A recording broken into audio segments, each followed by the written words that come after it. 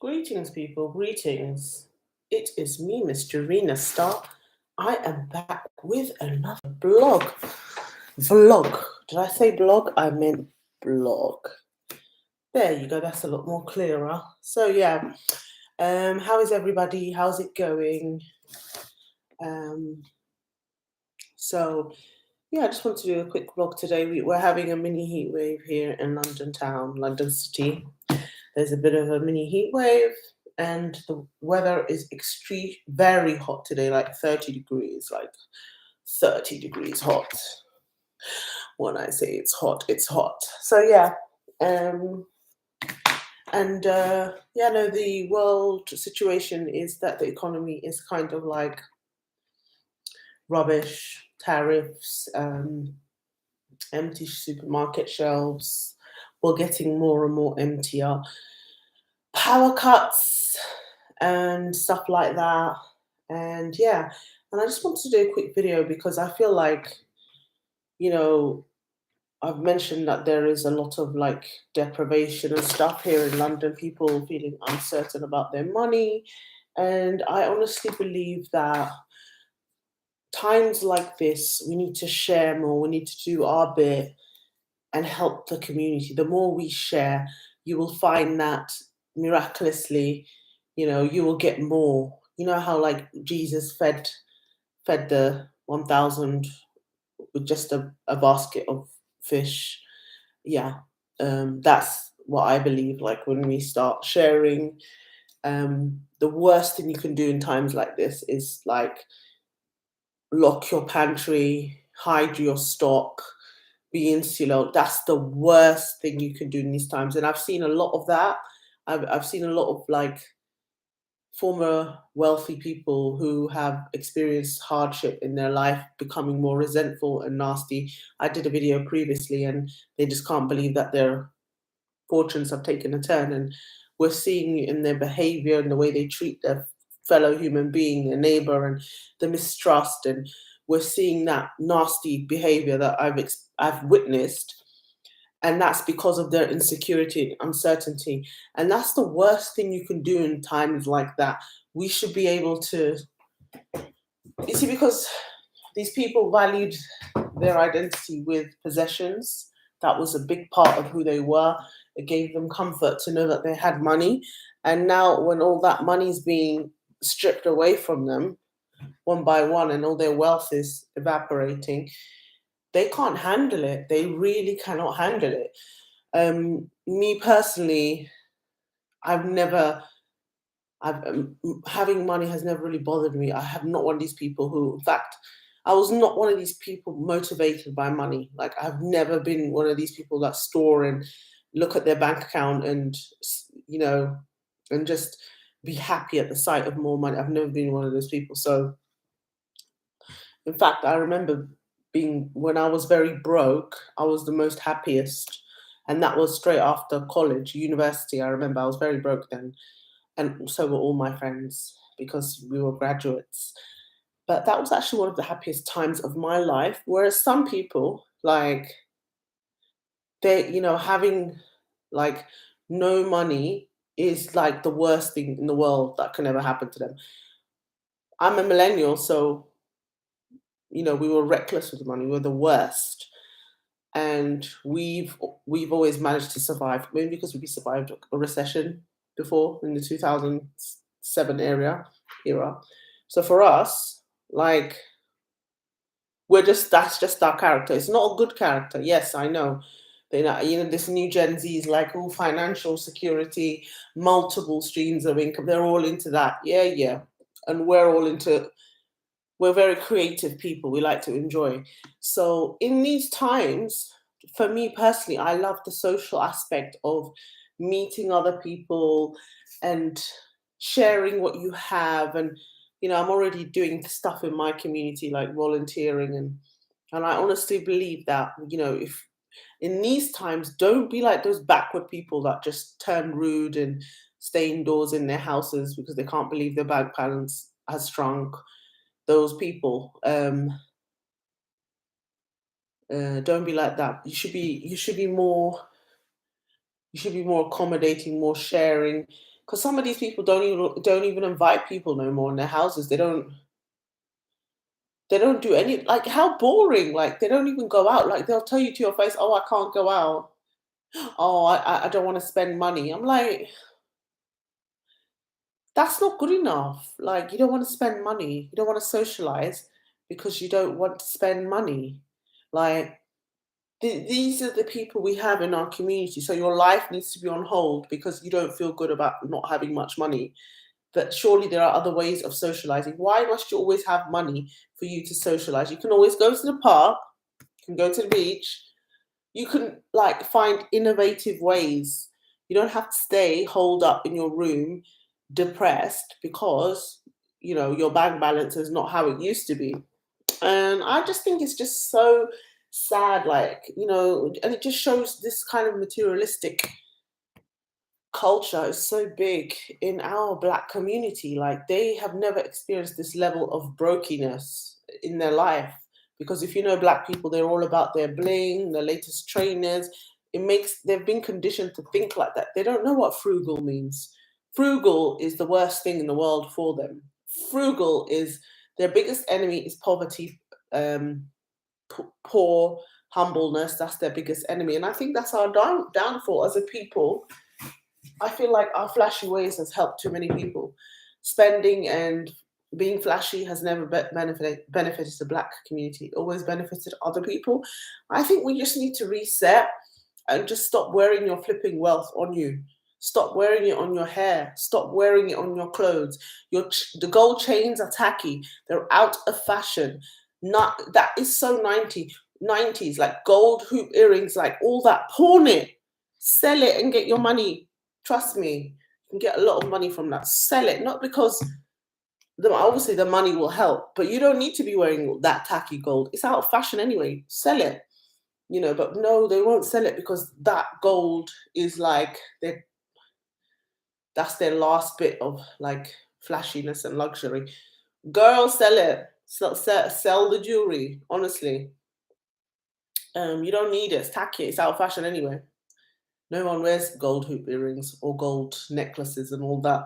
You can always buy it again, and it's out of fashion. So yeah, it's all about the natural stones, turquoise, beads, glass beads, that kind of stuff, African beads. You don't need to be wearing manufactured 90s gold jewelry.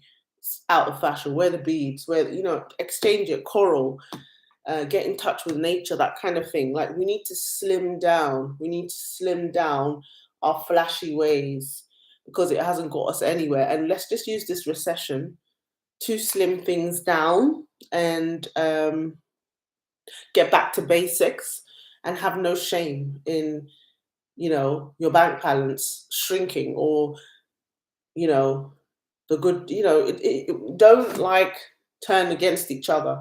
Like, this kind of behavior was in Noah's Ark stage. Like, when was it? One of them, yeah, when they were just devouring each other over money and like that kind of selfish ways, like how God had to like wipe the earth with flood because people were just so bad mind to each other. And um, yeah, we just need to get back to basics, because all this stuff that you're doing is a liability. It's not the time. We need to tone it down, and we should just need to. It's not the end of the world. Things will get back up again. Things will get better, but we should really change our ways so that we can benefit our communities better. Yes, financial literacy is very helpful. Things like that, where we can invest our money and we don't have to be as flashy, and we don't have to like bank balance other communities who live off the black community. It hasn't benefited us. It's obviously benefited them, but our self-hate has benefited too many people, and we need to start having a circular economy with our money. So we need to be helping our fellow black people, black-owned businesses, that kind of thing, promote our brands, a different way of living, because yeah, that's what I'm realizing. And also going back to farming, going back to nature, growing our own food. We need to do those things so that we're in control of, so that we'll always have, not to rely on just cash, like rely on assets as well, like, farming, what do they call it? Bartering, like swapping this for that, and starting a new form of enterprise, making our own clothes, like doing everything ourselves instead of relying on other communities, and just kicking the self-hate out the way. So yeah, that's what I wanted to talk about. Yeah, this is really nice.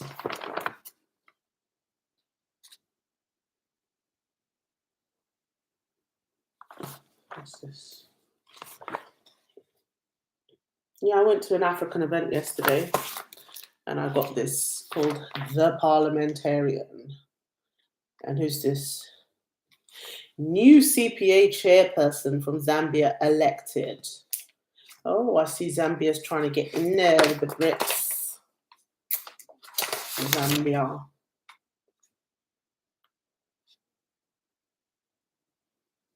And there's a lot of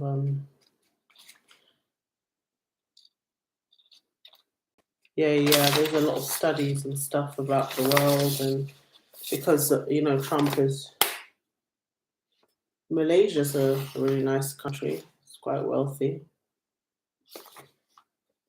Yeah, I've always wanted to visit Malaysia. So I can see that the UK Parliament is definitely trying to have a global impact. The Honourable Aristoteles Damino MP is a member of Parliament of Cyprus and was the head of Cyprus delegation. So this is a Cypriot guy, and he's talking about refugees because Cyprus is right next to Africa. But yeah. Human trafficking, refugees, immigration across the Commonwealth, open doors or building walls. Migration in its many forms is a phenomenon as old as the history of the world. Had it not been for constant movement of people between shores and continent, humanity would not have developed in the same manner. In today's turbulent world, the rise of conflicts in recent years has also signified a rise in the number of refugees and disabled people. In addition, climate change, human trafficking, modern slavery, labor migration are just a few more examples of how people and communities are in a constant flow. In the case of Cyprus, as we are closest EU member state to the Middle East, we have been exposed to increasing waves of refugees, mostly Syrians arriving from the Lebanese shores.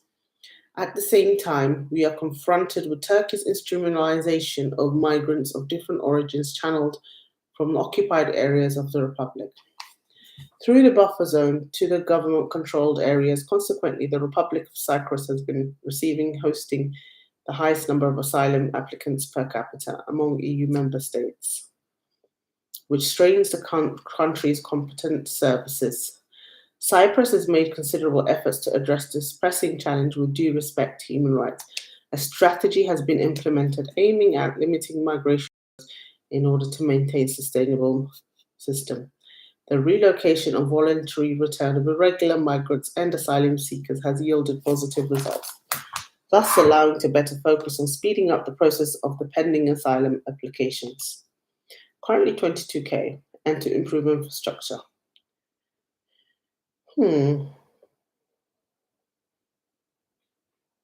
So they want help from other European countries, like Commonwealth, yeah. Interesting. Who's this? Just a Pakistani. Oh yeah, they're trying to put legislation to get rid of fake AI. I think that's definitely needed. They should definitely do that. Yeah, there's so much like fake. So basically, they're using women and making fake porn images. So they're trying to pass a law to try and make it criminal. That's good, yeah, because it should be criminal. And the lady who's trying to push that is Baroness Owen of Aldery Edge, and she's part of the House of Lords. She's a bit young to be part of the House of Lords. Good. And she's a Tory, obviously.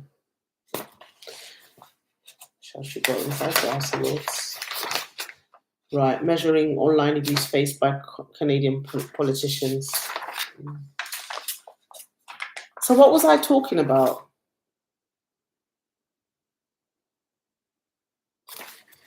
Oh, so they're basically going around talking about different parts of the world. I like that.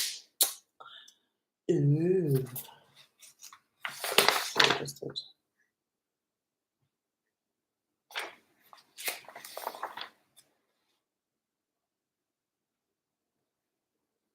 Yeah.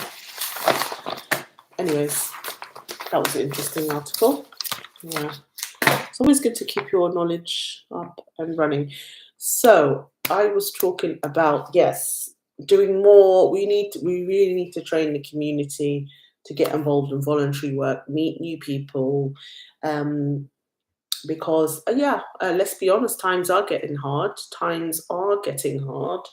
Um, there is a significant increase in more people struggling, but it just gives us more work to do. Like, we need to start, like, coordinately working together and bringing our resources together to benefit the community. That's the way to do it.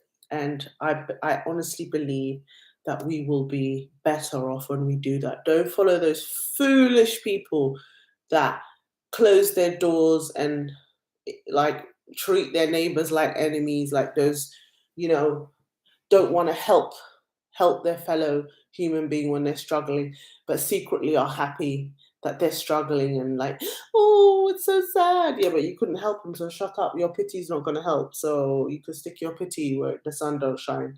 But yeah, a lot of them, would rather than, when they can help someone, they'd rather not, because that they have a very selfish, cold heart, and they get, like, happiness when they see other people suffer, when other people are degraded and facing, and, like, they think that if they help them, then they're so selfish, like self-centered and selfish, that if they think that by helping that person, they're somehow going to damage themselves. That's what they think. So don't be like that, people. We need to work more together and share what we have, so that we'll be better off, stronger.